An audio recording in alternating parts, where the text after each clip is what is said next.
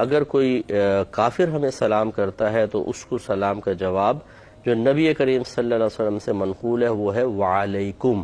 بس اتنا۔ اور وجہ اس کی یہ تھی کہ جو بعض یہود تھے، جب سرکار مدینہ منورہ تشریف لے گئے اور فوری طور پہ یہود کو نہیں نکالا گیا تھا، ان کے ساتھ باقاعدہ ایک معاہدہ تھا، تو وہ چونکہ دل میں تو بغض اور کینہ رکھتے تھے، مجبوری کے تحت معاہدہ کیا تھا، تو وہ بعض اوقات ان میں ایسے ہوتے تھے لوگ جو سرکار صلی اللہ علیہ وسلم کو جب دیکھتے سامنے سے آ رہے یا ملاقات کے لیے وہ آئے ہیں تو کہتے تھے السلام علیکم، معاذ اللہ ثم معاذ اللہ۔ اس کا مطلب ہے کہ اللہ تعالیٰ تم پر موت کو طاری کرے۔ تو نبی کریم صلی اللہ علیہ وسلم لغت یہود سے آگاہ تھے، تو آپ جواب میں فرماتے وعلیکم، یعنی اور تم پر جو۔ اور جب میری والدہ سید عائشہ صدیقہ رضی اللہ تعالی عنہا نے عرض یا رسول اللہ یہ کیا کہتے ہیں، دیکھیں اس طریقے سے کہتے ہیں، ان کو سخت جواب دینا چاہیے، مضمون یہی ہے، انشاءاللہ آئے گا تو اس پہ ہم تفصیلی کلام بھی کریں گے، یہ حدیث آئے گی۔ تو میرے آقا صلی اللہ علیہ وسلم نے ارشاد فرمایا کہ عائشہ میں وعلیکم کہہ تو دیتا ہوں، ان کی دعا میرے حق میں قبول نہیں ہوگی لیکن میری دعا ان کے حق میں قبول ہوگی۔ تو اس لیے اگر کوئی کافر سلام کرتا ہے وعلیکم آپ کہہ دیں، صحیح ہے، لیکن اگر آپ یہ سمجھتے ہیں کہ کوئی جس سے باہر کے ملکوں میں ہوتے ہیں، غیر مسلمین ہیں اور وہ ہمارے مسلمانوں کے سلام کو جانتے ہیں، تو میں نے دیکھا وہ بھی کہہ دیتے ہیں السلام علیکم، اور اب وہ توقع تو بننا رکھتے ہیں کہ جس طرح عام مسلمان کو جواب دیا جاتا ہے تو ہمیں بھی کہا جائے وعلیکم السلام۔ تو ایسی صورت میں اگر آپ صرف وعلیکم پر اکتفا کریں تو کویسچنز ریز ہوں گے، اور وہ آپ سے پوچھے گا مجھے ادھورا جواب کیوں دیا ہے، اب آپ اس کو سمجھائیں۔ اب آپ کہیں گے چونکہ تم غیر مسلم ہو اس لیے وعلیکم میں کہہ رہا ہوں، تو اس سے ایک عجیب سا ہی ماحول بنتا ہے۔ تو لہٰذا ویسے تو ہائے ہیلو پہ ہی چلتے ہیں، تو ہائے ہیلو ہی آپ کریں، اور اگر وہ سلام کر دیتے ہیں اور آپ جواب میں وعلیکم السلام کہہ دیں، کسی نقصان سے بچنے کے لیے، اسلام کی اچھی تصویر پیش کرنے کے لیے، اس کو بدگمانی سے بچانے کے لیے گنجائش نکلے گی۔ لیکن اب اس میں آپ کو قصد و ارادہ یہ کرنا چاہیے، کیونکہ السلام علیکم کا مطلب ہے کہ اللہ تعالیٰ آپ پر سلامتی نازل فرمائے، اور وعلیکم السلام کا مطلب یہ ہے کہ اللہ تعالیٰ آپ پر بھی سلامتی نازل فرمائے۔ تو کیا ایک کافر کے لیے سلامتی کے نزول کی دعا کرنا صحیح ہے؟ اس کا جواب یہ ہے کہ آپ دل میں یوں نیت کریں جواب دیتے ہوئے کہ اللہ تعالیٰ تمہیں ایمان کے ساتھ سلامتی عطا فرمائے،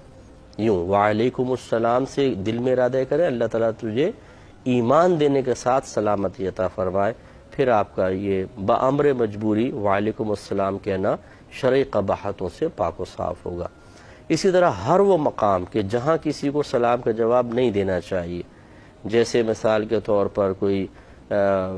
ظالم آدمی ہے، حرام کام کرنے والا ہے، لیکن آپ یہ سمجھتے ہیں کہ جواب نہ دیا جائے تو طیش میں آئے گا، غصے میں آئے گا، منتقم مزاج ہے، انتقام لے گا، مجھے دنیاوی نقصان پہنچائے گا، بامر مجبوری اس کا جواب دیا جا سکتا ہے۔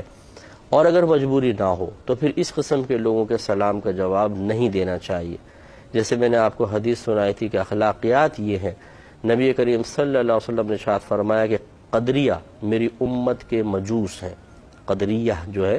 قدریہ وہ ایک فرقہ تھا جو پیدا ہونے والا تھا، سرکار نے کہتے ہیں علماء کے پہلے یہ ایک بشارت دی ہے، یعنی یہ غیبی خبر دی ہے، آپ یوں کہیں کہ تقدیر کا منکر ایک فرقہ پیدا ہوگا۔ سرکار نے فرمایا کہ قدریہ میری امت کے مجوس ہیں، یہ اگر سلام تم ان سے سلام میں پہل نہ کرو، سلام کریں تو ان کو جواب نہ دو،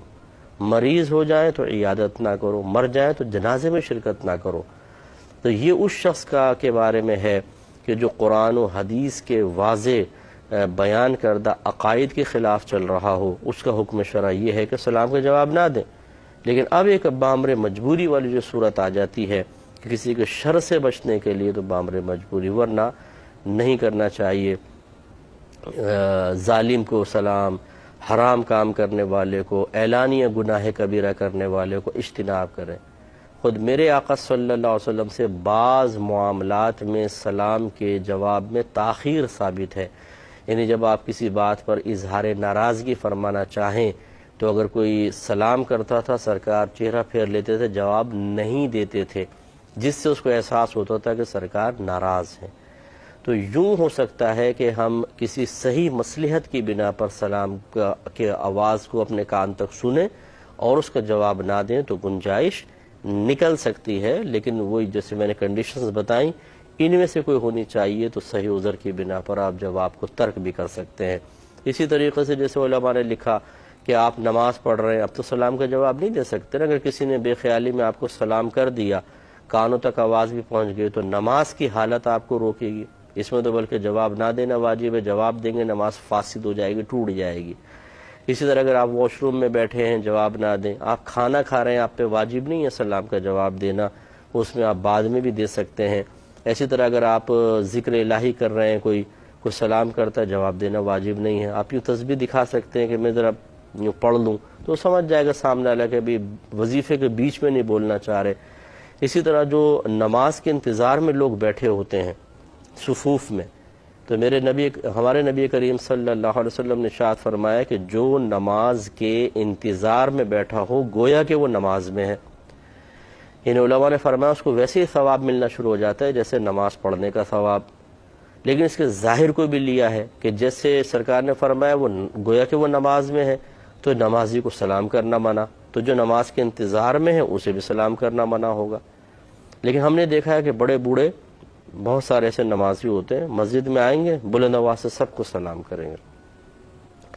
زور سے بولیں گے السلام علیکم،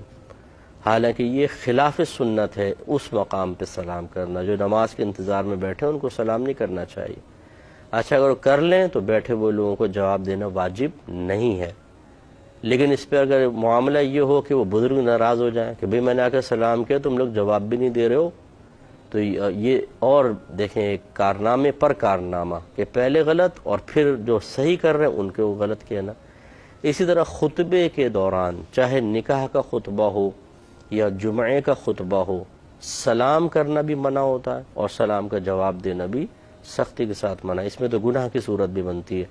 تو اس لیے یہ سب چیزیں ہمیں سیکھنی چاہیے، کہاں سلام کا جواب دینا واجب ہوتا ہے اور کہاں پہ جواب نہ دینا واجب ہوتا ہے، کہاں پہ مستحب ہے کہاں پہ غیر مستحب ہے۔ تفصیل میں نے کافی حد تک آپ کو بتائی۔